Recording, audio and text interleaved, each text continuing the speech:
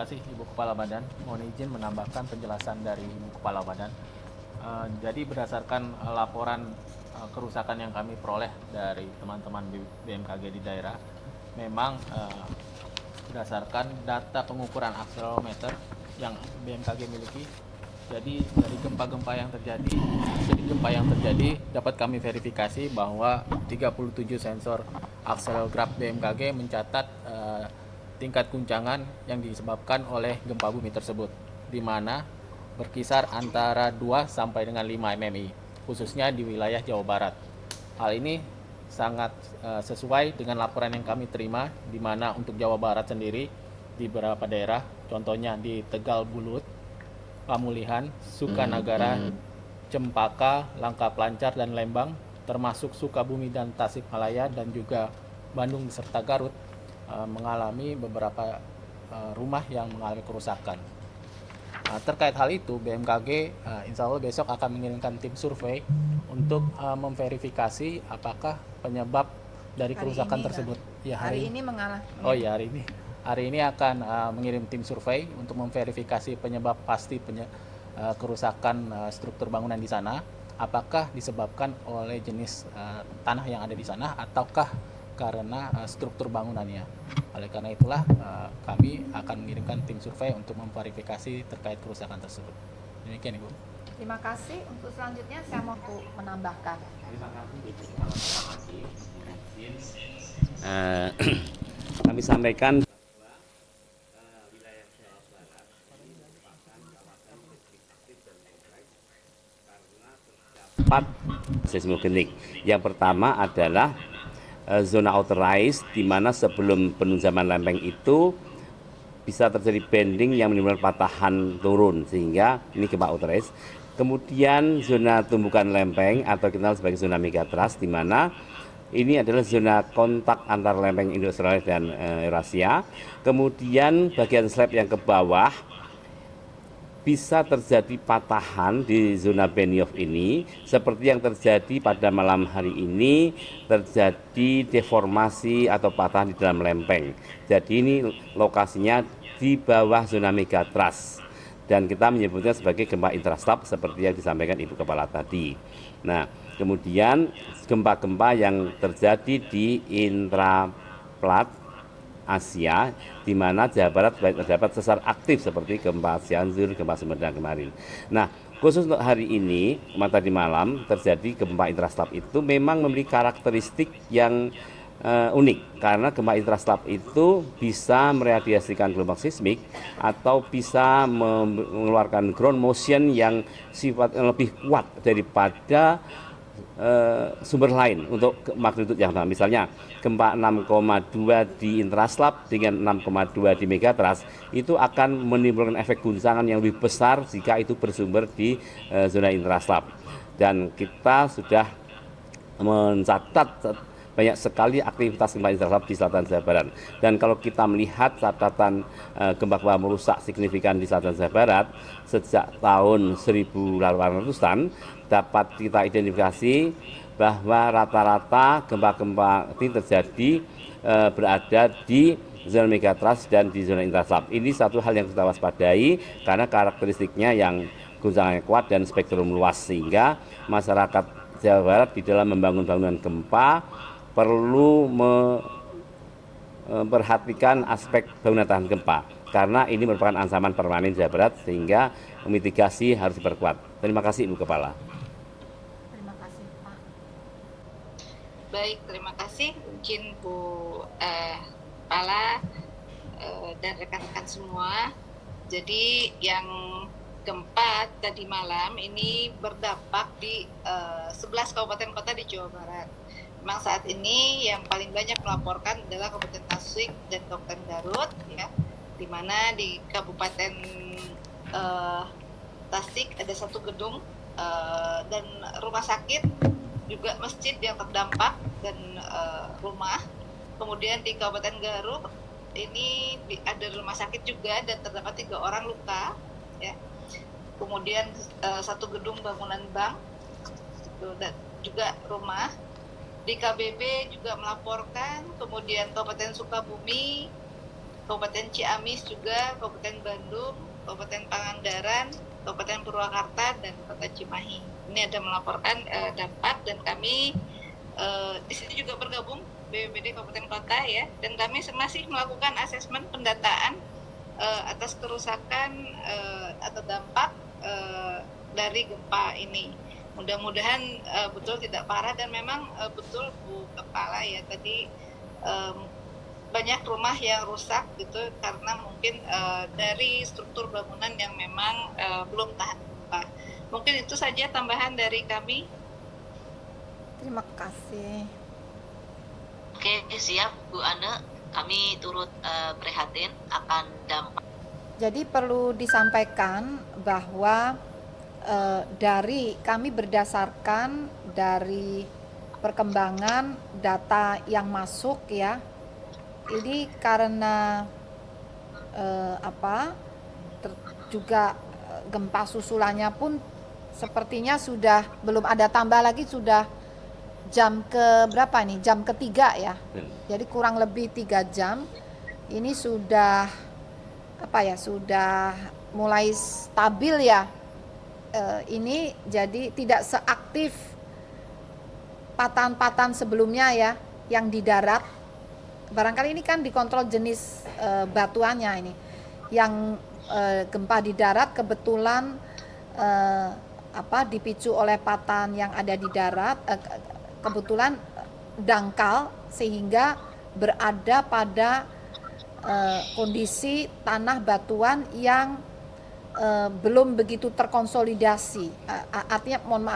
Artinya terdapat pada misalnya kedalaman 10 km itu kan misalnya itu relatif dangkal, dan di situ batuannya relatif lebih rapuh dibandingkan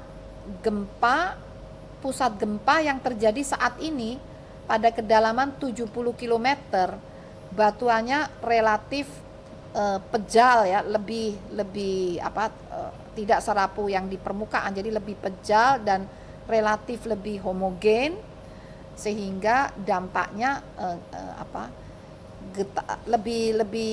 jadi gempa susulannya tuh tidak akan banyak terjadi apabila batuan di mana pusat gempa berada itu lebih pejal ya, lebih pejal atau lebih ductile ya. Nah, tetapi kalau di gempa yang dangkal, batuannya lebih heterogen, lebih rapuh, maka biasanya gempa-gempa susulan ini lebih sering terjadi. Nah, dengan melihat relatif sedikitnya atau minimnya gempa susulan, insya Allah tidak memicu getaran susulan ini pun insya Allah tidak memicu patahan-patahan yang barangkali berdekatan begitu dengan melihat data ini. Nah, namun barangkali ini bisa juga kalau patahan tuh Pak Daryono atau Pak Daryono nggih, monggo Pak Daryono juga silahkan menambahkan. Kalau dari pandangan saya tadi melihat semakin tidak adanya gempa susulan, insya Allah peluang untuk memicu gempa berikutnya pada patahan yang di dekatnya, insya Allah semoga itu kecil, semoga tidak tinggi peluangnya. Monggo Pak. Terima kasih Bu. Yeah. Benar sekali apa yang disampaikan Ibu Kepala, bahwa gempa yang berpusat di zona intraslab ini memiliki karakteristik lack of aftershock atau miskin gempa susulan, karena berhubungan dengan batuannya yang homogen, yang bersifat elastik atau homogen ya, sehingga ini tidak akan banyak memicu gempa susulan. Nah, terkait dengan apakah ini juga akan memicu sumber lain, hal ini tidak mudah terjadi karena picuan statik itu juga memiliki banyak persyaratan ya. Salah satunya adalah apakah di sekitarnya itu ada zona seismogenik atau zona sumber gempa yang status akumulasi medan tegangan ini sudah maksimum dan tanda kutip matang. Kalau itu tidak ada, maka ini tidak akan terjadi. tetapi hingga saat ini tampaknya dengan kedalaman 70 km ini tidak akan terlalu berpengaruh pada gempa-gempa di zona shallow crustal atau gempa-gempa kerak dangkal sesar aktif di permukaan, sehingga masyarakat tidak perlu khawatir ini, karena memang gempa ini tampaknya akan segera meluruh dan akan stabil kembali. Terima kasih, Ibu. Terima kasih, Pak. Itu penjelasannya sama dengan yang tadi dijelaskan ya. Karena posisi kedalaman ya. Jadi pertama posisi kedalaman, pada kedalaman yang menengah ya 70 km, pada posisi itu batuannya lebih lebih homogen, lebih Elastik. elastik ya. Kemudian juga lebih pejal ya, sehingga gempa susulannya itu miskin, tidak banyak gitu ya. Beda kalau gempa dangkal di dekat permukaan, batuannya itu lebih rapuh ya, lebih rapuh, sehingga dia apabila ada di situ terjadi getarannya pun akan lebih kuat dirasakan. Baik, Ibu. Tidak, bukan. Untuk lebih detailnya, ada kaitannya dengan gempa Sumedang, Ibu. Mohon izin. ya, Jadi, gempa Sumedang itu kan dangkal. Gempa Sumedang itu dipicu oleh patahan yang ada di darat dan dangkal. Pusat gempa lebih dekat pada permukiman. Jadi rumah-rumah itu posisinya tepat berada di atas pusat gempa. Jadi kerusakan itu jauh lebih banyak karena epicenter itu cukup dekat dengan pemukiman tadi. Apalagi tanahnya juga tanah yang sebagian tanah lunak, sebagian tanah lepas, sehingga getarannya pun tidak seperti yang terjadi kemarin malam di kedalaman yang jauh lebih dalam.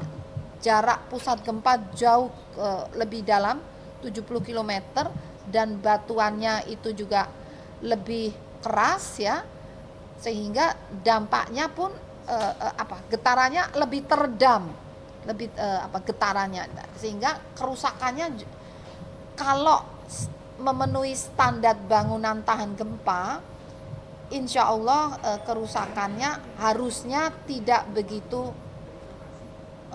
parah kalau memenuhi standar bangunan gempa. Makanya kami perlu cek lagi terkait hal itu. Tapi semoga saja, karena dalam ini semoga saja tidak separah saat gempa Sumedang ya. Ya, asal bangunannya memenuhi standar bangunan tahan gempa. Pak Daryono mungkin akan menambahkan sejarahnya. Jadi ini bukan yang pertama kali. Kurang lebih 14 tahun yang lalu juga terjadi, ada beberapa kali kejadian gempa di lokasi yang hampir sama, berdekatan, jadi semacam periode ulang itu terjadi. Ini Pak Daryono, saya persilakan menjelaskan. Jadi kalau kita melihat catatan sejarah gempa besar di selatan Jawa Barat, kita melihat bahwa wilayah ini sudah beberapa kali terjadi gempa berkekuatan 7 atau mendekati 7. Dan gempa malam ini itu bukan yang terbesar ya, karena kalau kita melihat catatan sejarah pada tahun 1903 itu terjadi gempa 7,9 itu di selatan Banten. Kemudian pada tahun 2006 ya, tepatnya 17 Juli 2006 terjadi gempa berkekuatan 7,7. Tentu teman-teman media ingat tsunami Pangandaran itu berkekuatan 7,7 gempanya. Kemudian pada 2 September 2009 itu kembali terjadi gempa di zona intraplat ya, tapi ini bagian di Asia, tapi di atas megatrasnya itu berkekuatan 7,3, dan ini waktu itu berpotensi tsunami. Dan kemudian pada 15 Desember 2017 juga terjadi gempa 6,9 ya, dan ini juga BMKG mengeluarkan peringatan dini tsunami. Jadi gempa yang terjadi tadi malam itu bukan yang terbesar karena sejak tahun 1903 kita sudah terjadi sekitar 4 kali gempa besar. Dan kalau kita melihat catatan sebelumnya, pada tahun 1699 juga terjadi gempa megatrust yang cukup besar dan dampaknya merusak Jakarta. Jadi demikian Ibu Kepala. Terima kasih Pak. Cukup ya. Silakan Ibu. Halo. Halo. Udah bisa. Ya, halo. Ya. Oke, baik. Jadi memang getaran gempa ini dari beberapa data dan fakta yang sering terjadi, sering diikuti dengan terjadinya runtuhan batuan, kemudian gerakan tanah gitu ya, ataupun yang perlu diwaspadai di beberapa kasus di Indonesia termasuk di Sukabumi itu setelah kejadian gempa,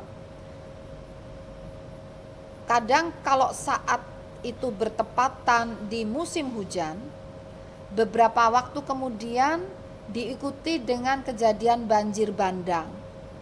Ini terutama di Jawa Barat sudah terjadi beberapa kali, di Sumatera juga beberapa kali termasuk Sumatera Barat, di wilayah rawan gempa lainnya, di Sulawesi pernah terjadi juga, di Papua juga ya. Jadi prinsipnya adalah getaran gempa ini akan merenggangkan ikatan batuan atau tanah pada lereng sehingga lereng itu terpicu untuk bergerak yang sering kita sebut sebagai longsor atau runtuhan ataupun jatuhan batuan. Nah, apabila kekuatannya cukup tinggi, bahkan kekuatan kurang dari 5 pun, hasil penelitian menunjukkan dapat memicu longsor di banyak titik. Banyak itu bisa puluhan titik gitu ya. Nah, longsor yang terpicu akibat gempa tadi, material-materialnya ini kalau longsornya terjadi bersamaan dalam jumlah sampai puluhan, bahkan di suatu wilayah di DIY pernah terjadi lebih dari 100 titik longsor akibat gempa. Nah, material-material longsor ini akan terakumulasi pada lembah-lembah sungai. Dan apabila itu terjadi di musim hujan, maka tumpukan material longsor tadi yang terakumulasi di lembah sungai ini akan membendung aliran air sungai dari arah hulu, sehingga terjadi akumulasi air di belakang atau ke arah hulu. Nah, apabila hujan terus turun, maka akumulasi air ini terus meningkat, akibatnya kekuatan daya desak air ini dapat memicu runtuhnya bendung akibat longsor tadi. Nah, peristiwa runtuhnya bendung alamiah akibat longsor yang dipicu oleh desakan air akumulasi hujan ini terjadi dengan kecepatan tinggi ya, dalam waktu singkat. Kecepatan tinggi dalam waktu singkat ke arah hilir, maka itu yang disebut sebagai bencana banjir bandang apabila di hilir banyak pemukiman ya, atau di tepi sungai banyak pemukiman, maka di beberapa wilayah itu telah tercatat beberapa korban jiwa terjadi dan kerusakan lahan dan lingkungan juga terjadi. Jadi itu yang dikhawatirkan. Maka ini kami juga memonitor kondisi hujan nih. Semoga saja sepekan ke depan di wilayah Jawa Barat yang tadi disebutkan wilayah yang diguncang gempa dengan intensitas guncangan hingga mencapai 5 apalagi ini perlu diwaspadai, sehingga kami juga mohon bantuan dukungan ya BPBD, nanti kami bersama BPBD di lapangan untuk mengingatkan masyarakat yang berada di bantaran sungai ya atau di hilir sungai, apabila ada, jadi dari aplikasi mobile phone info BMKG kami memberikan peringatan dini hujan lebat, itu selalu kami sampaikan. Nah, apabila Bapak Ibu berada di wilayah bantaran sungai, lembah sungai, di area yang terdampak gempa, sebaiknya saat ada peringatan dini hujan ekstrim atau hujan lebat, ini mohon untuk menyingkir dari wilayah itu, mengalah sebentar ya. Saat hujan ini sebaiknya jangan berada di wilayah tersebut apabila ada peringatan dini. Bahkan pernah terjadi, cukup sering terjadi di wilayah yang kena banjir bandang itu tidak hujan. Jadi hujannya itu di hulu di mana tumpukan material longsor itu terjadi. Oleh karena itu barangkali nanti dengan BPBD perlu disosialisasikan apabila di wilayah hulu terlihat gelap ya, mendung gelap, itu artinya akan segera turun hujan meskipun di hilir tidak terjadi hujan. Namun tiba-tiba datang banjir bandang dalam waktu cepat karena sumbernya ada di hulu yang tadi gelap mendung, di situ ada tumpukan material longsor. Nah, ini yang perlu diwaspadai.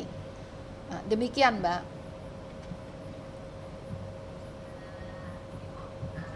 Di Jawa Barat. Terima kasih. Terima kasih sekali Mbak Ririn dan juga Bapak Ibu BPBD ya, dan juga rekan-rekan media. Jadi yang perlu kami sampaikan kepada masyarakat saat ini adalah sekali lagi terus memonitor perkembangan informasi gempa bumi ini, meskipun gempa susulannya sangat miskin ya, hanya satu setelah beberapa jam ya. Nah, dan juga memonitor perkembangan informasi cuaca karena dari beberapa kejadian sebelumnya atau data empiris yang kami kumpulkan, setelah gempa ini tadi terjadi potensi bencana berikutnya, bisa longsor, bisa banjir bandang ya, atau bisa amblesan. Nah, ini yang perlu diwaspadai, terutama itu dapat diperparah apabila terjadi hujan sedang, bahkan lebat ataupun ekstrim. Jadi hujan sedang pun, bukan hujan yang lebat, itu pun bisa memicu potensi terjadinya longsor karena lerengnya tuh sudah diguncang-guncang ini ya, maka sudah mulai rapuh, mulai longgar ikatan antar batuan, antar partikel tanahnya. Kalau disiram hujan, diguyur, ini dengan mudah tinggal meluncur. Meskipun gempa susulan insya Allah sudah nggak ada, hanya yang dikhawatirkan potensi meluncurnya ini tadi material-material yang sudah digoyang oleh gempa pada lereng. Jadi itu mohon diperhatikan dan jangan mudah terpicu terpengaruh oleh hoaks dari sumber yang tidak dapat pertanggungjawabkan, sehingga mohon mengacu ke info BMKG. Nah, untuk kondisi longsor ini ditangani oleh Pusat Vulkanologi dan Mitigasi Bencana Geologi, sehingga di sana pun ada websitenya, ada informasinya, juga akan lebih lengkap apabila juga mengacu pada info dari PVMBG tentang longsor, potensi longsor.